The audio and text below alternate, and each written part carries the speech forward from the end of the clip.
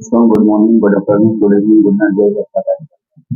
आज के वीडियो में हम लोग देखेंगे प्रमुख विदेशी यात्री के बारे में। भारत आने वाला प्रमुख विदेशी यात्री के बारे में जानेंगे।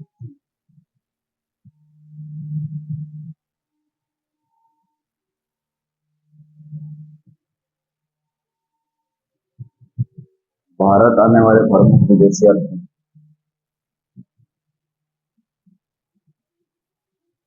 विदेशी यात्री, विदेशी यात्री।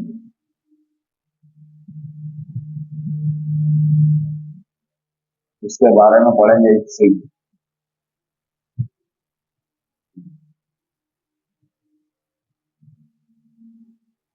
भारत आने वाले प्रमुख विदेशी यात्री सिंह।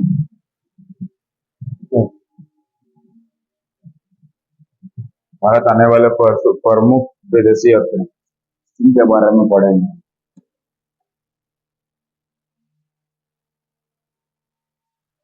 कब से कब तक भारत में 671 695, कब से कब तक भारत में 671 से 695 बीसी, 671 से 695 ईस्वी तक क्या था भारत में। ठीक है, भारत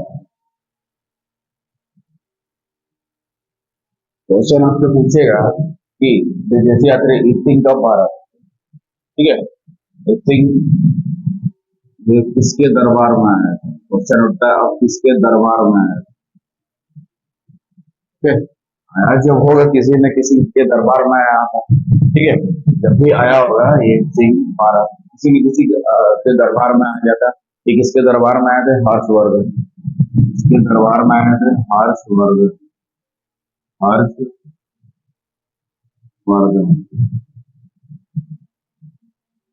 इसके दरबार में आए थे, हर्षवर्धन।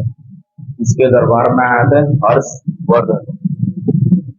हर्षवर्धन कौन से वंश का राजा थे, आपसे क्वेश्चन पूछेगा आप कि हर्षवर्धन किस वंश के राजा थे, तो आपका आंसर होगा पुष्यभूति वंश। पुष्यभूति वंश के राजा, पुष्यभूति वंश के राजा। कौन से वंश के राजा थे, पुष्यभूति वंश के राजा। पुष्यभूति वंश बोल सकते हैं या वर्धन वंश बोल सकते हैं। पुष्यभूति वंश बोल सकते हैं या वर्धन वंश। पुष्यभूति वंश को ही क्या होता है, वर्धन। वर्धन वंश के राजा,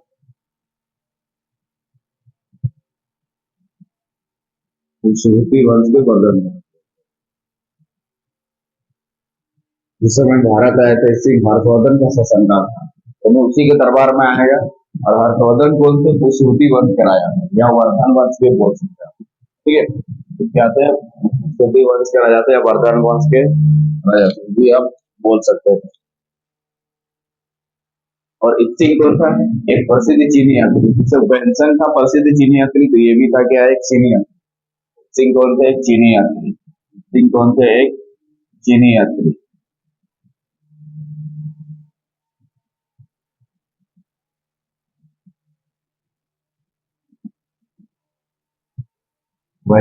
सिंह कौन थे, एक चीनी यात्री थे, प्रसिद्ध चीनी यात्री। सिंह कौन थे, एक प्रसिद्ध चीनी यात्री थे। सिंह कौन थे, एक प्रसिद्ध चीनी यात्री थे। इन्होंने कौन सा बड़ा काम किया, इन्होंने मेन काम क्या किया, सिंह ने मेन काम क्या किया, मेन काम।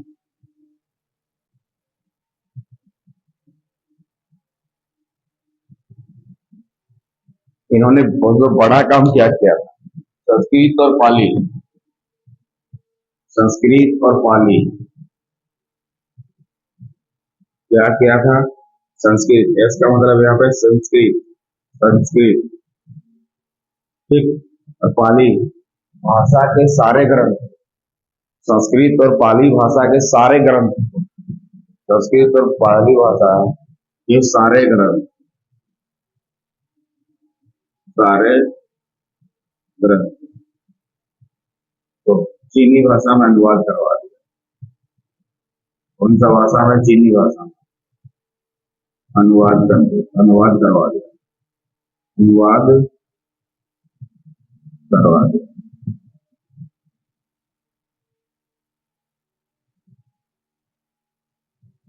ये क्या थे? सारे ग्रंथ को चीनी भाषा में अनुवाद करवा दिया।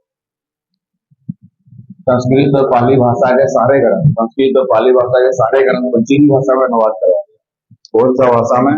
चीनी भाषा में। कौन सा भाषा में? चीनी भाषा में ट्रांसलेट करवा दिया, ट्रांसलेशन करवा दिया। इसको संस्कृत और पाली भाषा के जितने भी ग्रंथ थे उसको क्या किया? चीनी भाषा में ट्रांसलेट कर दिया। मतलब ये मामूली इंसान नहीं थे। चीनी यात्री, विदेशी यात्री थे ये वाला, लेकिन ये कोई आंधू वांधू इंसान नहीं थे और बहुत ही बड़े इंसान थे और उसने बहुत बड़ा बड़ा काम किया। जैसे संस्कृत और पाली भाषा के सारे ग्रंथ को चीनी भाषा में अनुवाद करवा दिया। कौन सा भाषा में? संस्कृत। और किसके भाषा? संस्कृत और पाली भाषा। संस्कृत और पाली, ये सारे ग्रंथ को क्या कर दिया? चीनी भाषा में अनुवाद करवा दिया। बहुत बड़ा काम किया। अरे अध्ययन कहाँ पे किए थे? सबसे इम्पोर्टेंट चीज है, अध्ययन कहाँ पे थे? नालंदा, बिहार में। नालंदा, नालंदा में कहाँ किए थे? नालंदा महाविहार, नालंदा महाविहार में किए थे। ये अध्ययन कहाँ पे किए थे? अध्ययन नालंदा बिहार। कहाँ पे अध्ययन किए थे? नालंदा बिहार।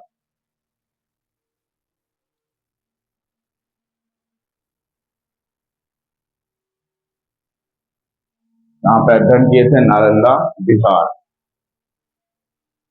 नालंदा महाविहार।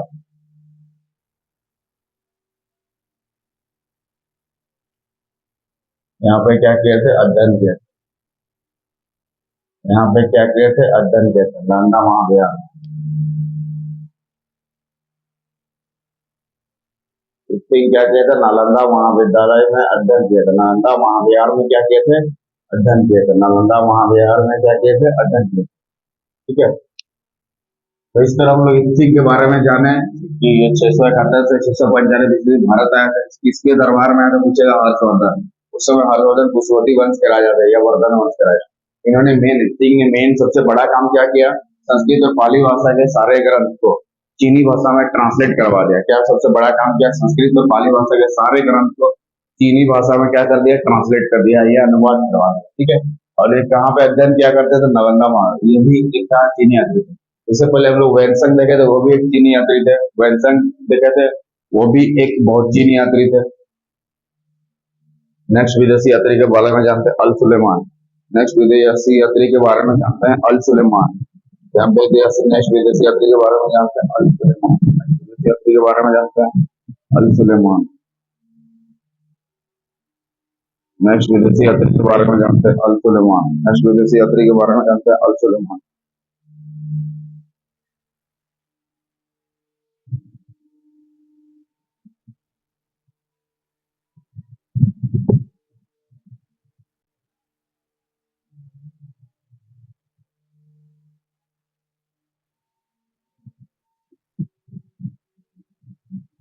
नेक्स्ट विदेशी यात्री के बारे में जानते हैं, अल सुलेमान।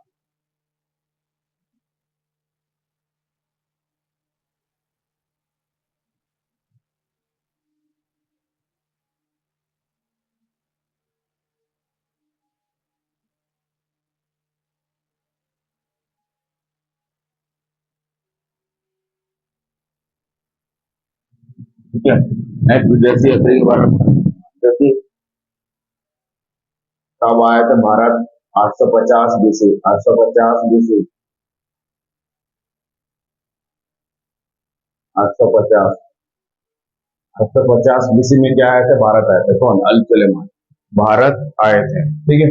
अब क्वेश्चन उठता है, किसके दरबार में आया था? किसके दरबार में आया था? क्वेश्चन उठता है, ये भारत है, किसके दरबार में है?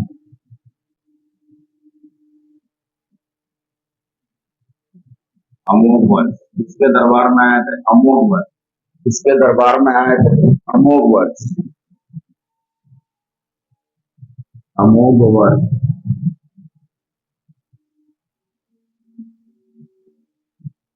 उसके दरबार में आए थे अमोघवर्ष। किसके दरबार में आए थे? अमोघवर्ष, जो कि कहाँ के राजा थे? राष्ट्रकूट वंश के राजा थे अमोघवर्ष, राष्ट्रकूट वंश के राजा थे। तो अमोघवर्ष कौन से? राष्ट्रकूट, राष्ट्रकूट वंश के राजा।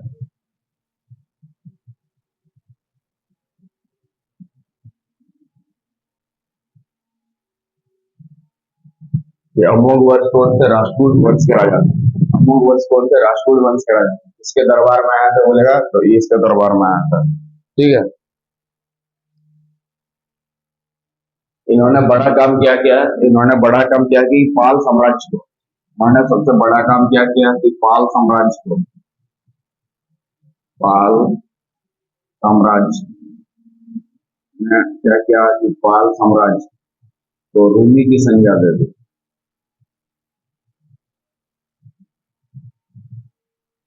रूमी की संज्ञा दे दी, पाल साम्राज्य को रूमी की संज्ञा दे दी।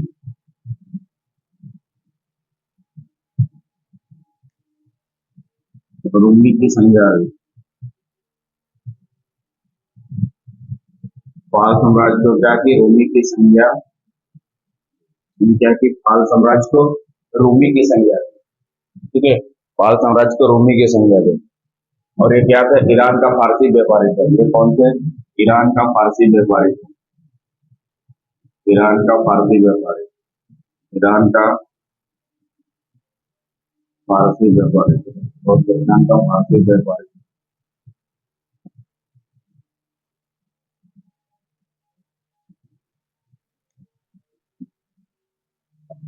ये कौन थे? ईरान का फारसी व्यापारी। ये कौन थे? ईरान का फारसी व्यापारी। ये कौन थे? अल सुलेमान कौन थे? ईरान का फारसी व्यापारी। ये कौन थे? ईरान का फारसी व्यापारी, ईरान का फारसी व्यापारी। ये कौन थे? ईरान का फारसी व्यापारी।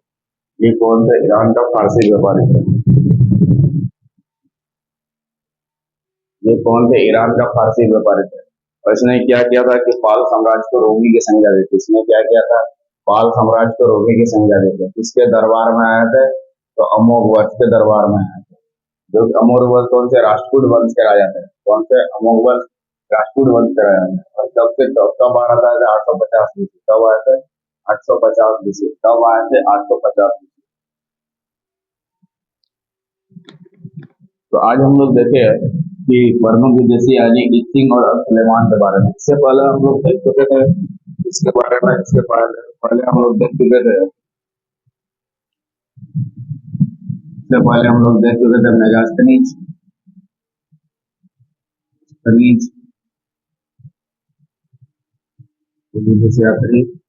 और डायमेकस, डायमेकस, तीन नंबर हेलियोडोरस,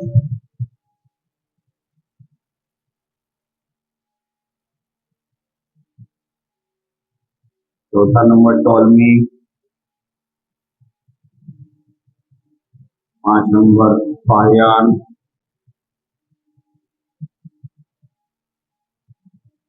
6 नंबर वेनसन,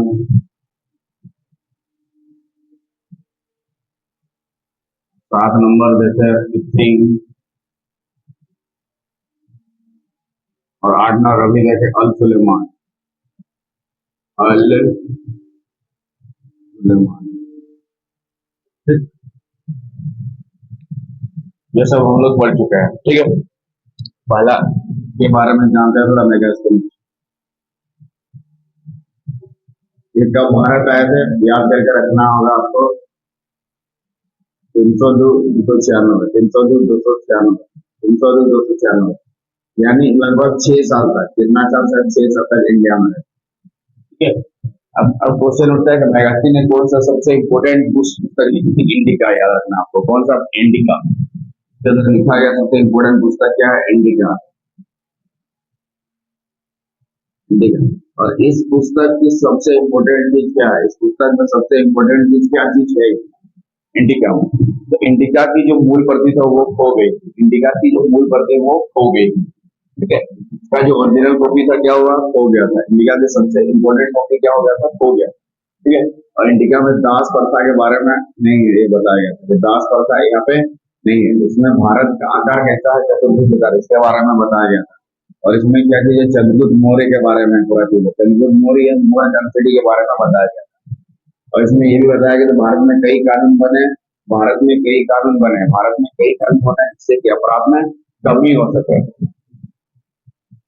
और ये किसके दरबार में आए थे और किसका राजदूत थे? ये थे सेल्यूकस निकेटर का राजदूत, जो कि सिकंदर का सेनापति था, सिकंदर का सेनापति था। और किसके दरबार में आए थे? चंद्रगुप्त मौर्य, चंद्रगुप्त मौर्य के दरबार में आए थे, जो कि मौर्य वंश के राजा थे।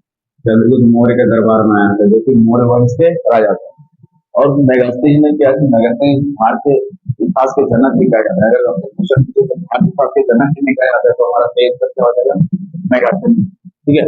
और मेगास्तीन ने तो बड़े बहुत से दो चीज को बहुत मानते थे इंडिया में, दो चीज का बहुत पूछा करता था, यानी भारतीयों के दो आराध्य बताए थे, भारतीयों के दो आराध्य। पहला डायनोसियस, दूसरा हेराक्लीज। डायनोसियस, हेराक्लीज। डायनोसियस का मतलब लॉर्ड शिवा और हेराक्लीज का मतलब लॉर्ड विष्णु, लॉर्ड विष्णु। और ये क्या थे, भारत का विवरण देने वाला, भारत का विवरण देने वाला पश्चिमी दुनिया का पहला व्यक्ति था मेगास्तीन। भारत का विवरण देने वाला पश्चिमी दुनिया का पहला व्यक्ति कौन था? मेगास्तीन। अब आता है नेक्स्ट डायमेकस के बारे में। डायमेकस के बारे में 320 273, 320 273, 320 273 भारत है। और ये किसके दरबार में आए थे? बिंदुसार। किसके दरबार में आए थे? चंद्रगुप्त मौर्य। चंद्रगुप्त मौर्य का जो बेटा था बिंदुसार के दरबार में, ये भी मौर्य वंश का राजा था। ठीक है। किसका राजदूत था बोलेगा तो इसका बेटा, इसका आपका सेल्यूकस निकेटर, सेल्यूकस निकेटर का बेटा Antiochus first, Antiochus first, Antiochus first का बेटा, एंटियोकस फर्स्ट उसका राजदूत था। एंटियोकस फर्स्ट का राजदूत था कौन? डायमेकस। डायमेकस राजदूत था एंटियोकस। और ये कहाँ के राजा थे? सीरिया के राजा थे। कहाँ के राजा थे? सीरिया देश के राजा थे। ये कहाँ के राजा थे? सीरिया देश के राजा थे। कहाँ के राजा थे? सीरिया देश के राजा थे। नेक्स्ट आता है हेलियोडोरस। नेक्स्ट आता है हेलियोडोरस। नेक्स्ट आता है हेलियोडोरस। नेक्स्ट आता है हेलियोडोरस।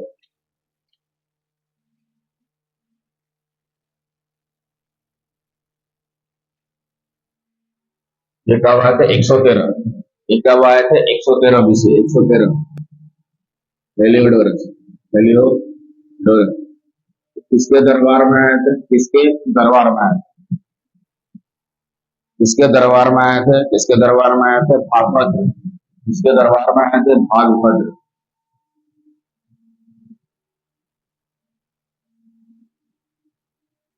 किसके दरबार में आए थे? भागभद्र। किसके दरबार में आए थे? भागभद्र। किसके दरबार में आए थे? भागभद्र। किसके दरबार में आए थे? भागभद्र। भागभद्र जो कि शुंग वंश के राजा थे। भागभद्र कौन थे? शुंग वंश, शुंग वंश के राजा थे। भागभद्र कौन थे? जो कि शुंग वंश के राजा थे। शुंग वंश के राजा थे। शुंग वंश के राजा थे। भागभद्र कौन थे? शुंग वंश के राजा थे। ठीक है। और इसने क्या किया था? शुंग वंश की राजधानी विदिशा में, यानी एमपी में, विदिशा में एमपी में गरुड़ स्तंभ बनाया था। एक स्तंभ बनाया था बहुत बड़ा, उसको नाम है गरुड़ स्तंभ। इसका नाम है गरुड़ स्तंभ। उसी का नाम है हेलियोडोरस स्तंभ। उसी का नाम है हेलियोडोरस स्तंभ। उसी का नाम है खंबा बाबा। उसी का नाम है खंबा बाबा। उसी का नाम है खंबा बाबा। उसी का नाम है खंबा बाबा। उसी का नाम है खंबा बाबा। और उसी का नाम है वेशनगर अभिलेख। तो दो तीन नाम, वेशनगर अभिलेख, उसी का नाम है क्या? वेशनगर अभिलेख, उसी का नाम है। हाँ। अब किसका राजदूत है ये? हेलियोडोरस किसका राजदूत है? अंतियाल किट्स, अंतियाल किट्स का राजदूत था। हेलियोडोरस कौन थे? अंतियाल किट्स के राजदूत है। हेलियोडोरस कौन थे? अंतियाल किट्स के राजदूत है। और ये क्या था? तक्षशिला का प्रसिद्ध यूनानी शासक। अंतियाल किट्स कौन थे? तक्षशिला का प्रसिद्ध यूनानी शासक। उसके बाद नेक्स्ट आता है टॉलमी। टॉलमी 130 बीसी में भारत आया था। 130 ईस्वी में बीसी में भारत आया था, बिफोर क्राइस्ट। बीसी का मतलब होता है बिफोर क्राइस्ट। ठीक है। इसमें कौन सा पुस्तक लिखी थी? ये भूगोल वेता, प्रसिद्ध भूगोल वेता थे। टॉलमी कौन थे? यूनानी भूगोल वेता। ये कौन थे? टॉलमी एक यूनानी भूगोल वेता थे। कौन थे? एक यूनानी भूगोल वेता। इसने क्या किया था? भारत का भूगोल नामक पुस्तक लिखी थी। भारत का भूगोल बहुत इंपॉर्टेंट चीज है ये, भारत का भूगोल। भारत का भूगोल नामक पुस्तक किसने लिखी थी? तो टोलमी आंसर हो जाएगा। ठीक है। इस पुस्तक में क्या चीज है? इंडिया और रोम। इंडिया और रोम के बीच में व्यापारिक संबंध कैसे है? इंडिया और रोम के बीच में, इंडिया और रोम के बीच में व्यापारिक संबंध कैसे हैं, इसके बारे में बताया था इस पुस्तक में, भारत का भूगोल। नेक्स्ट फाइयान। नेक्स्ट विदेशी यात्री फाइयान के बारे में।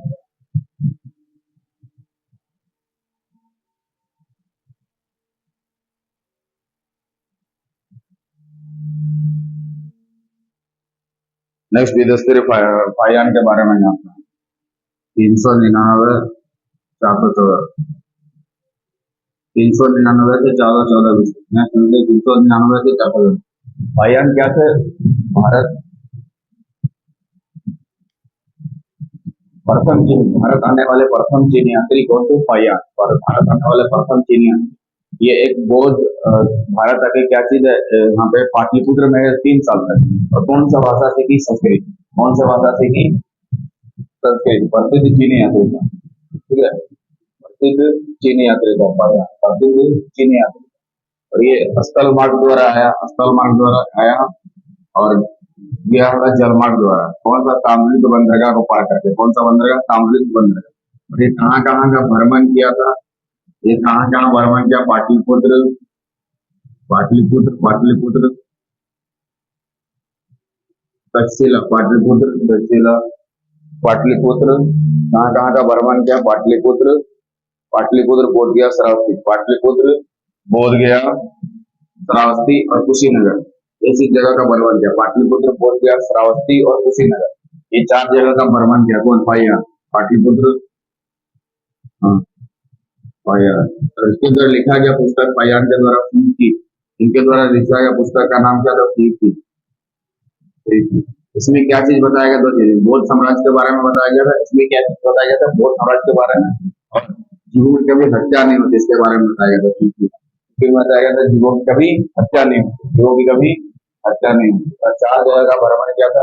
पाटलिपुत्र, बोध गया, श्रावस्ती, कुशीनगर। पाटलिपुत्र, बोध गया, श्रावस्ती, कुशीनगर। बीबीएस के पाटलिपुत्र, बोध गया, श्रावस्ती, कुशीनगर। पाटलिपुत्र, बोध गया, श्रावस्ती, कुशीनगर के बारे में बताया। नेक्स्ट आता है वैनसन के बारे में। ये कब? 630, 645, 630, 645।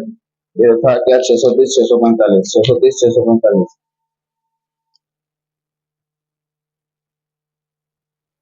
हर्षवर्धन। वैनसन किसके दरबार में आया था? ये भी हर्षवर्धन के दरबार में है। हर्षवर्धन के दरबार में है। तो किसके दरबार में आए थे? हर्षवर्धन। हर्षवर्धन। हर्षवर्धन कौन से वंश के राजा थे? हर्षवर्धन कौन सा? पुष्यभूति वंश, पुष्यभूति वंश या वर्धन वंश, उसके राजा थे। ठीक है। और वैनसन को किस किस नाम से पुकारा जाता है? 3 नाम से पुकारे थे। यात्रियों का राजकुमार, नीति का पंडित और साक्य मुनि। यात्रियों का राजकुमार, नीति का पंडित और साक्य मुनि, 3 नाम से पुकारा जाता था इसको, फाइयान को। फाइयान को 3 नाम से पुकारा जाता था। फाइयान ने क्या चीज का दौरा किया था? वैनसन ने क्या चीज का दौरा किया था? वैनसन ने क्या चीज कहा पर? कांचीपुरम का दौरा।